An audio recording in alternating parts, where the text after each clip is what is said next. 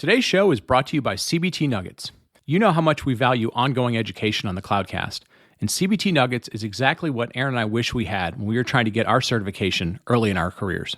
CBT Nuggets is all about bringing a personalized touch to learning about cloud computing, virtualization, networking, DevOps, and much, much more. Whether it's their hands-on labs with personalized coaching or the online chat functions that come up with every instructor-led course, CBT Nuggets' team of experts is always there to help you get the most from your training and your path to certification. You can check it all out at cbtnuggets.com/cloudcast and sign up for a free trial. You get access to the full catalog of great training, including virtual labs, quizzes, and other premium features completely free for the first 7 days. That's cbtnuggets.com/cloudcast. Cloudcast Media presents from the massive studios in Raleigh, North Carolina. This is the Cloudcast with Aaron Delp and Brian Gracely, bringing you the best of cloud computing from around the world. Good morning, good evening, wherever you are, and welcome back to the Cloudcast. We are coming to you live from the massive Cloudcast studios here in Raleigh, North Carolina. Hope everybody is doing well. Another Sunday's Perspective show, and this is going to be part 2 of our Innovator's Dilemma look. If you were listening last week, last Sunday, we did sort of part 1 of Innovator's Dilemma. We really looked at some of the companies that are trying to pick away and chip away at AWS's lead in public cloud computing and some of the ways in which they are going about doing that. We really kind of focused in somewhat on Cloudflare's R2 announcement, but we tried to take it in a little bit bigger perspective and really look at some of the ways in which a company moves from the innovator, in the case of AWS, to becoming more of a mainstream, and how the next generation of innovators really kind of dive into trying to attack them, trying to find their vulnerabilities, or in many cases looking for their most profitable areas, and trying to take a innovative approach to try and win customers from that business, try and position themselves in ways that may not be visible from day one, but as they grow the business, gives them some core attributes that they're then able to make a next, second, third, fourth move in an innovative or innovative strategy. We kind of dove into that throughout that call or that show. What I'd like to do in this one is take sort of a different perspective. This one was, kind of popped in my head as I was reading an article that was written a couple of weeks ago or so. It was an article in a magazine, or a website called Protocol, and it was really looking at IBM's journey in cloud, and I think they called it Why IBM Lost the Cloud. I want to use that as sort of a foundational starting point. I'm not going to dive into all of the IBM stuff. People can read it, but I want to kind of dive into the perspective of a large incumbent company, what they go through in terms of, how do we adjust to a big change in the industry? Literally, all the rules of the game essentially change, and what's the mindset that happens within organizations? And, again, we won't necessarily use IBM as the only example. I'll use some examples from my career as to how to look at that. So we're going to dig into all that right after the break.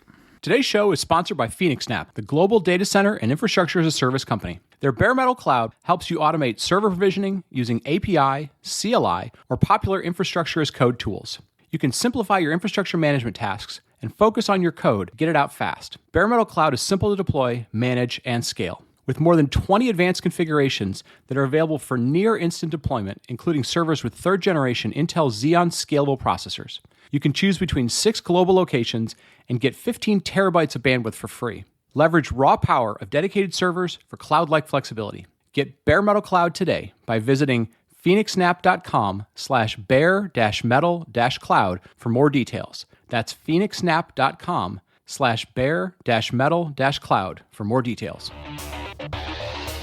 And we're back. And as I mentioned at the top of the show, we're going to dive a little bit into sort of the other side of the coin from an innovator's dilemma perspective, looking at large companies, existing incumbent companies, and how they deal with the innovators. How do they deal with it? How do they deal with it well? How do they deal with it poorly? And as I mentioned, I'm going to use the article that was written about IBM Cloud as kind of a template. I'm not going to sort of make this a commentary on IBM Cloud. Maybe we'll do that at some other point. I know I've done some shows in the past that were kind of retrospective on things like Cloud Foundry and Docker and OpenStack and some other technologies.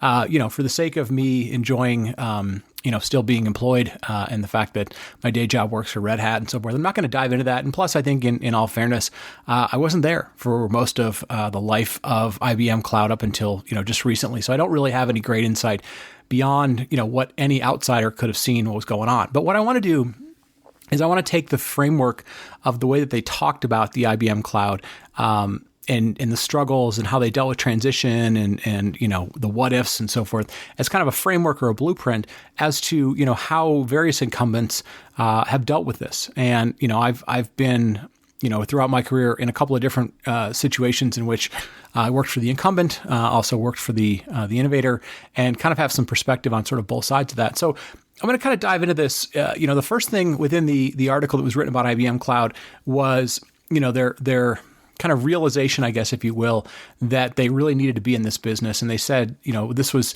kicked off because AWS around the 2013, 2014 timeframe won the CIA sort of federal government, the earliest Gov Cloud before the official Gov Cloud came along. But for those of you that weren't around at that time, the CIA had a very large, about a $600 million opportunity that was out there. It was one of the first sort of open bids for cloud. And it really kind of solidified AWS cloud as going from what was seemed to be this very sort of niche-y little thing, maybe specifically for startups, to something that was going to be able to address big, complicated, uber secure environments. And it really was something that AWS at the time used as a feather in their cap to say, hey, if the CIA trusts us, lots and lots of other companies can trust us. And so it was in the mention of the article that was kind of the wake-up call, if you will, the light bulb moment for IBM to say, hey, we didn't win this thing. We are one of the largest computing companies in the world. We need to think about things. And that's a pretty normal thing to happen for the company, right? It's very rare that any large incumbent company just comes out of the blue and says, hey, we would just like to change our business model, change our technology stack, change basically everything that we do in business just because. Right? It's almost always that some sort of fire drill happens, and it's oftentimes, a negative situation, right? You lost a deal, some sort of perceived to be bad thing happened. And that's when leadership, oftentimes goes, okay, it's now real to me. Maybe people internally have been talking about this for a while, people that think a little further down the road. But, the first time that you start to impact somebody's livelihood, their income, their revenue stream, whatever it might be, their ego, is oftentimes when this happens. So the first thing that it says, IBM had to do, and again, many companies have to go through this, which is sort of this buy versus build decision. And this is a really, really critical decision because the outcome of this decision, buy versus build, oftentimes is, not a 1 or 2 year decision, but oftentimes a 5 to 10 year decision. The ramifications of this are 5 to 10 years. And you really have to step back when you're making this decision, not of, hey, oftentimes it gets positioned as like, well, you could use this freely available technology, like you could use open source technology, or you could buy it from a vendor. But in the case of building something like a cloud environment that you're then going to turn into a consumable, commercial offering, you really have to understand the scope of the problem. Like, why are people all of a sudden, considering cloud computing, right? What's the scope of it? And the second thing you really have to understand is what's the velocity of change that this is going to create, right? And then the third question that you really have to ask yourself is how well, given what you think the problem space is, if you're going to build this, how well realistically can you execute? Now, let me break those down a little bit, right? The scope of the problem in the case of cloud computing wasn't people don't want to have their own data center and they want to have a different data center. It was very much the in many cases, it was, developers, application teams, lines of business, a startup. Economically, people, who were originally consuming AWS basically said, like, I can't operate in the exact same way that I typically would in a normal, centralized control, lots of CapEx up front IT organization. I have to do something different. Right. And so that was the scope of the problem. The scope of the problem was people were extremely frustrated with the way that you had to engage in an IT model, it was CapEx centric, it was long contracts, it was slow provisioning, very few things were automated, everything was, human driven, there was very little API drivenness to it. You couldn't make a mistake, right? You were making long decisions, 3, 5, 7-year decisions. And so all those things were frustrating. And those were all things that, even in the most simplest terms, AWS was beginning to solve for people, right? They were giving them the basic primitives, yes, compute, storage, networking, database, but they were doing it in these really, really different ways. And so understanding the scope of what they were doing different was really important. And I think, if you look back at, in this case, the IBM example, they probably didn't understand the scope of that. I think they perceived this as very much, these were people that were, the customer base, the market was trying to get out of their own data center. And, they looked at it probably more as, like a colo type of thing, or sort of what Rackspace used to do, where you were sort of renting stuff, but very, very different. The velocity of change, is something that they probably didn't understand either, because, if you're a company who is very used to having long-term contracts, right, and it's not unusual for the incumbent company to try and, get their customer into 1 year, 3 year, 5 year, 7 year, 10-year contracts. And so the concept of being like, you only want something for a month or a week or a day or a few seconds, like, you can't wrap your head around that, right? And the amount of change and the pace of change that can happen in those situations, you kind of can't wrap your head around it. And more importantly, your business model isn't designed to cope with those sort of things, right? Like, you have entire ways that you go to market, ways that you sell product. All those types of things aren't designed around a velocity of change that's radically different. And then the third piece of it is, you have to be very realistic with yourself of saying, okay, if we're not going to buy, so in the case of IBM, they decided to buy SoftLayer, right? We've seen with lots of other companies, they will, try and build things themselves, right? And I'll give you an example. I worked at Cisco for a long time. We used to have this thing that we did back in the late 90s, early 2000s, where we would essentially sort of fund a company or fund a well-known engineering organization.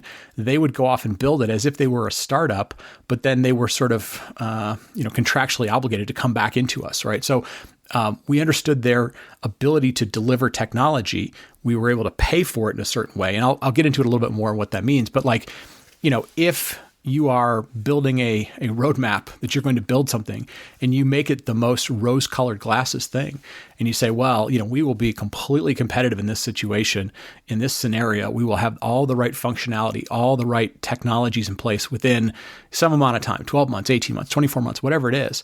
And you're really fooling yourself, because the people that are doing it have never delivered this before.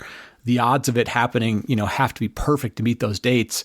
And the reality is maybe it's going to be twice as long as that, or 3 times as much, or maybe it's going to cost 2, 3, 5, 10 times as much. If you're not realistic about those sort of things, this is where you really can get yourself in trouble. So, that's sort of the first thing that you've got to figure out is, do I get the market? Do I understand the problem? Do I understand what the change space is? And you're ultimately sort of saying, should I build or should I buy? Right?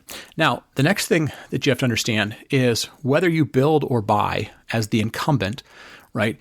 You are acknowledging that the current business you have isn't well suited to deal with this sort of innovator's dilemma, right? So, and this happens to everybody, right? I mean, this same story can be told for Dell or HP or VMware, right? I mean, we've seen all of them try, and anybody who was sort of incumbent in this space, especially on the compute side of things, who could have built a cloud, and people could have said, oh, you should have built the next cloud. I mean, you had all the resources there. Well, you're also sort of admitting that your business in taking on this new thing isn't capable, isn't prepared to deal with that. Right. And there's a lot of sort of ramifications that go with this understanding that as a company, you come to a realization, your leadership team, your strategy team goes, hey, we're not prepared. Because in most cases, your business, especially as you're growing or you become incumbent, you feel like you're pretty well prepared for a lot of the problems that your customers are going to throw at you. You're able to deal with competitive threats. You're able to deal with changes in the market. But when you've got to do things really, really differently, right? And in the case of trying to compete with a on-demand public cloud available globally, all those sort of things, different business model, different payment model, you're sort of admitting, okay, we couldn't do it. Now, the flip side of that is once you decide what you're going to do, so you're going to buy somebody to help you or you're going to build something, you then have to deal with the internal blowback of, hey, why is that group now getting all this attention?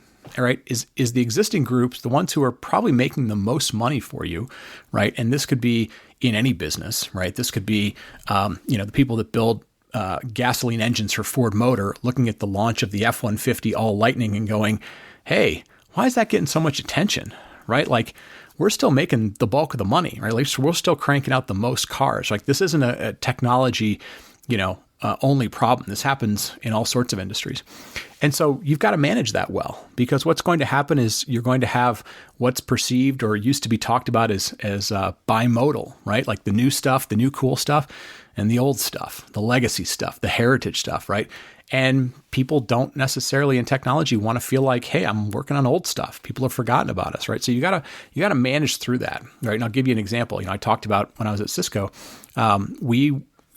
for a long time, we used to acquire companies. We acquired a lot of companies. When I was there, we acquired 125 companies in a little more than 10 years. We were doing it all the time. It was like every month.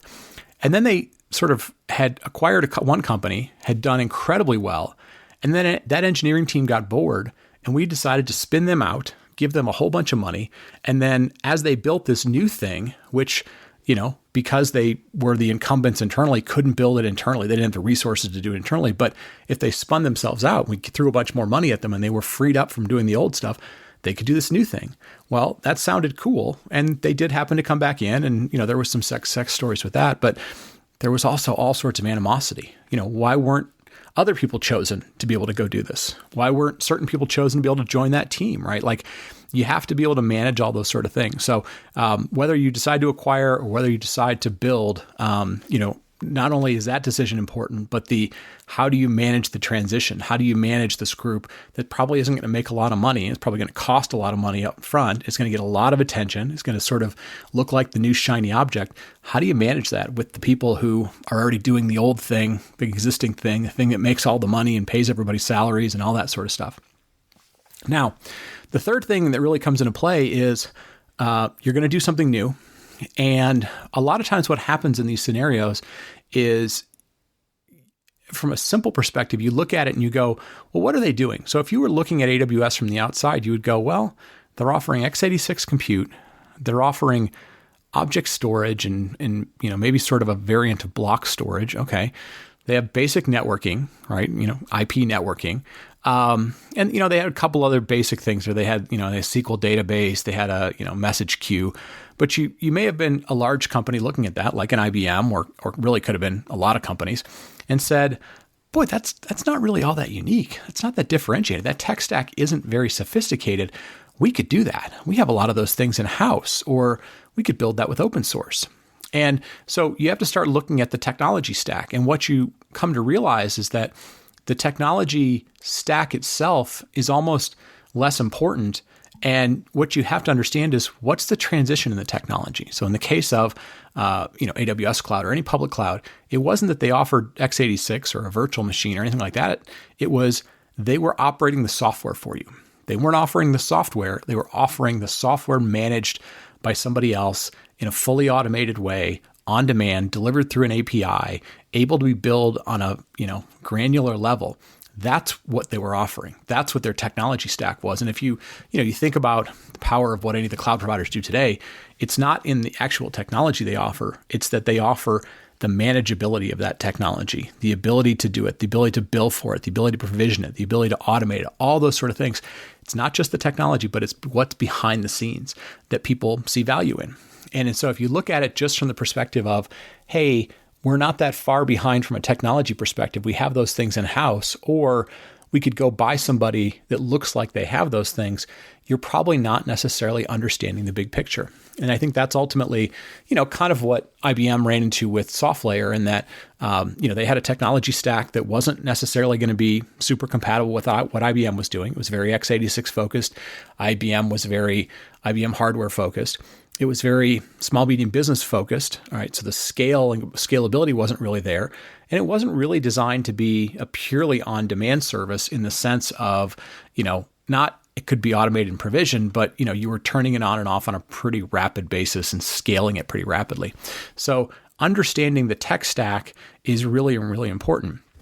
The next piece becomes, how are you designing this thing, right? And, if we look back at one of the things that was a big hindrance for IBM and SoftLayer in the early days, and something that Gartner always used to ding them on, it was, well, when I want to go provision your thing, you say that you're on demand, but your on demandness is not in line with what the sort of new expectation is of the market, right? You could get a Amazon VM in a couple of minutes. It sometimes would take hours or much longer, maybe days, to get a whole bunch of IBM VMs because they weren't designed, they weren't architected on the back end to do that, right? So you have to think about your architecture. Is your architecture just sort of retaking what somebody has today, or are you really designing it for where the future is going? Are you designing it for 5 years from now, 3 years from now? Scalability to add new capabilities that you hadn't even thought about, right? Like you got to be thinking about all those things. And probably just as importantly, are you designing this with the same people who have always designed things in sort of the old way, right? And again, I don't have any insight on how IBM went about doing it. There's some comments in the document, but I don't want to get into that. But if the people who are building the new thing are coming at it with years and years of experience of having done the old thing, it's sometimes hard to have a fresh perspective on things. It's hard to think about things in a different way than you did before, right? So whether it's how you think about security or how you think about scalability, or if you're done decades of vertical scaling and now the paradigm is horizontal scaling, those are really different paradigms, right? And so you have to be thinking about how can I bring in engineering talent that has domain expertise in this space, and you really probably have to get into sometimes a very different set of people than you've had in the past. Now, I've talked a lot about so far for 17 minutes now about all the technology behind becoming an incumbent.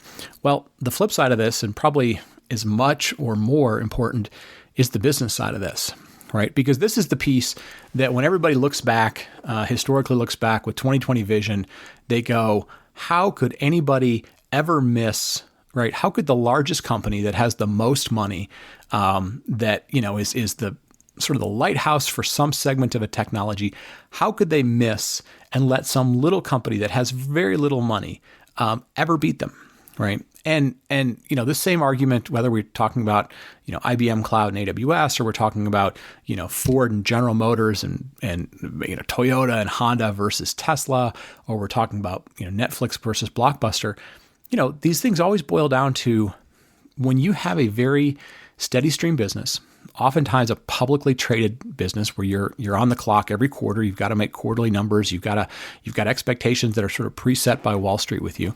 The idea of completely disrupting that business is really, really difficult. And if you look at the companies who have been really successful at this, and especially in the technology space, there's a couple things to think about. Number one, it's very rare when we go from one paradigm of computing, right? So we went from mainframe to mini computers to PC to the internet era to mobile computing, the World Wide Web being everywhere, social, eventually, whatever they call Web 3.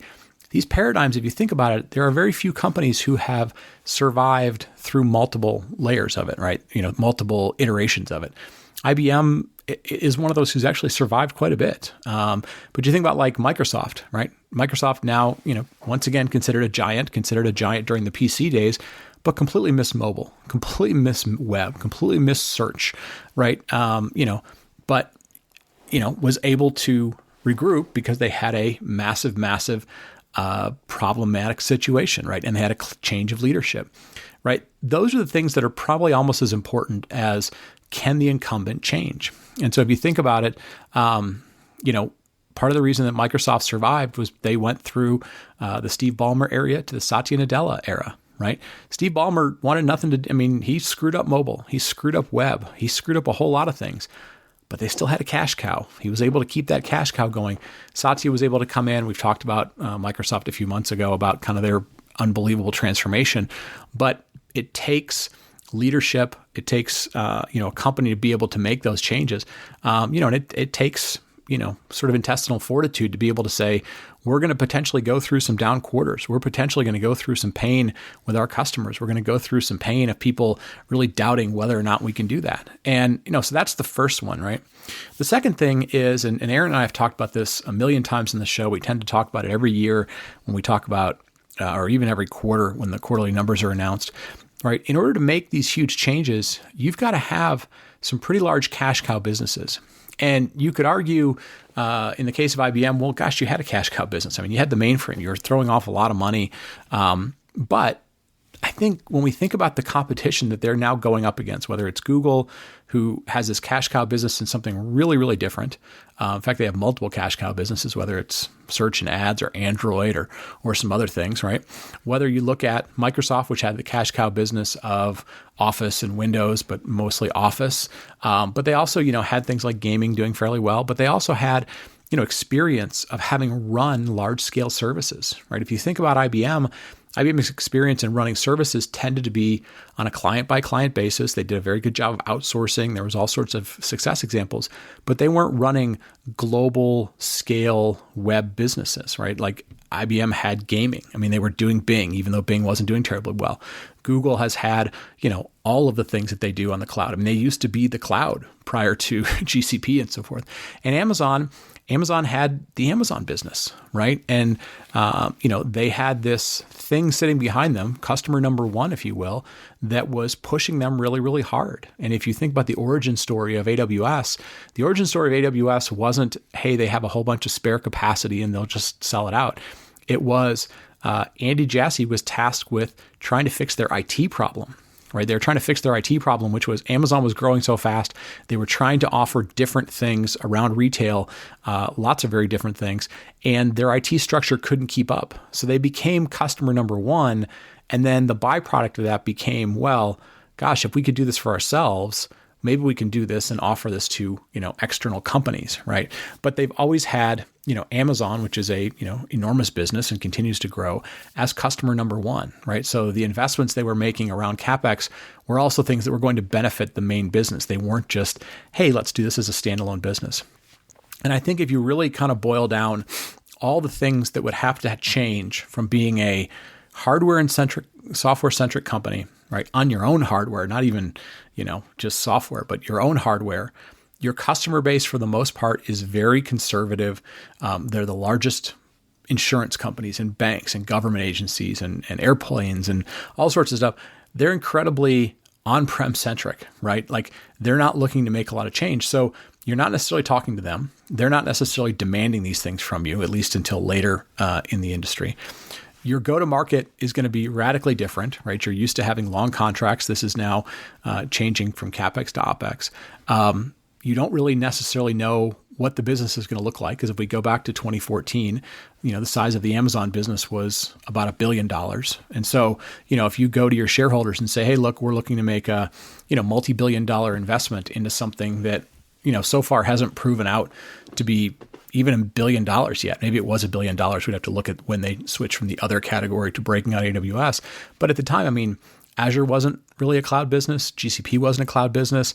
This was kind of a upstart unicorn, right? And you put all those things together, and it's not difficult to understand how, as with anything in life, right? People tend to be a little more conservative in their investments to say, hey, I don't know if this is real. And I think the things that we invested in are okay. But if you look at it and step back and look at it holistically, yes, there was a lot of mistakes that were made. You can look at them in hindsight, 2020, But I think the biggest thing is it's really, really difficult to go from being the incumbent when everything that you do has to change. The sort of risk and certainty model of what you do is going to completely change. The leaders who are in place have probably been doing a reasonably good job. You could argue, how the IBM leadership was doing, but for other companies, in many cases, their leadership is doing a pretty good job.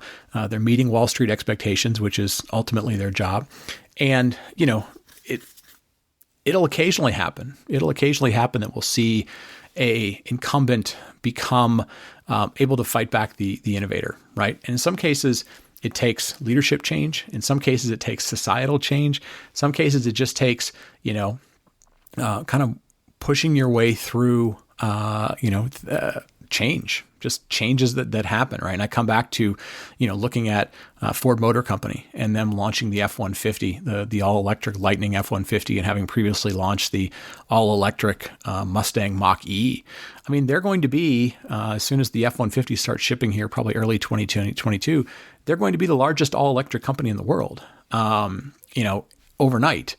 But, they're also 10 years behind Tesla. And, but they were able to, reuse things that they did well, right? They were able to reuse a lot of their manufacturing. They were able to get over the fact that they weren't really necessarily going to be building the engine. They were going to have to partner with people. And so when I talk about, in the case of cloud and technology, you have to understand the transition to cloud means understanding that almost everything in your technology stack and your business stack is going to change or get reinvented or built from scratch.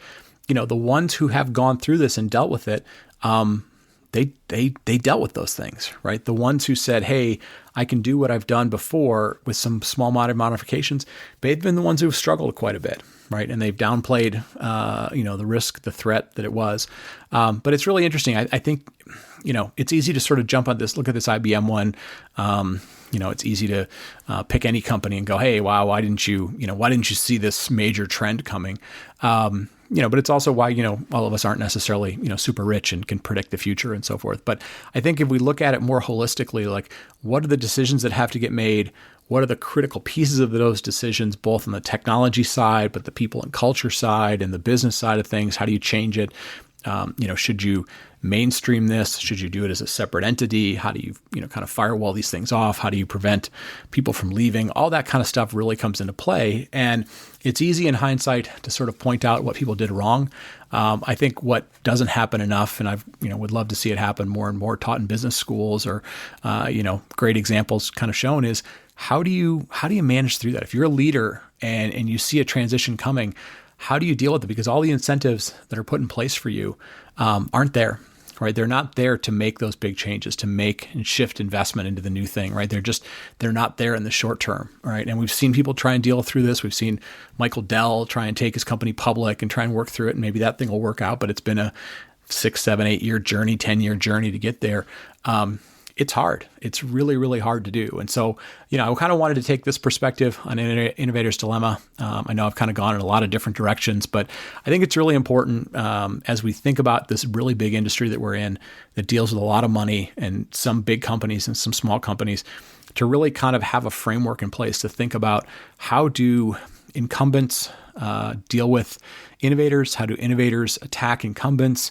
How can you kind of identify who you think might have a chance? Because again, keep in mind, in David and Goliath kind of situations, the little guy, the little team, the little company, most times doesn't win, right? They got to get everything right, and the big one has to make a lot of mistakes. But it happens occasionally, and we celebrate that. And then when the incumbent falls down or struggles or misses something, we tend to beat up on that as well. So they get their own fair share, so don't feel bad for them either way. But I thought this would be sort of an interesting sort of part 2 way of looking at the flip side of Innovator's Dilemma. Would love to get your feedback. Would love to hear stories that you've seen of incumbents who have been able to transition. Would also love to hear some stories of different ways that the innovators are able to chip away at the incumbents and really change markets. So feedback is always welcome. show@thecloudcast.net. Thank you as always for telling a friend about the show. The show numbers have been probably up 20%, 30% the last couple of months. It's nice to see people coming back after vacation. I think maybe some podcast listening patterns are starting to change, but thank you as always for telling a friend. Thanks for helping us grow the show. Thanks for giving us a 5-star rating on Apple Podcasts and all the way that you listen to your podcast each week. And with that, we're going to wrap it up. Thanks for listening to the Sunday Perspectives, and we will talk to you next week. Thank you for listening to The Cloudcast. Please visit thecloudcast.net to find more shows, show notes, videos, and everything social media.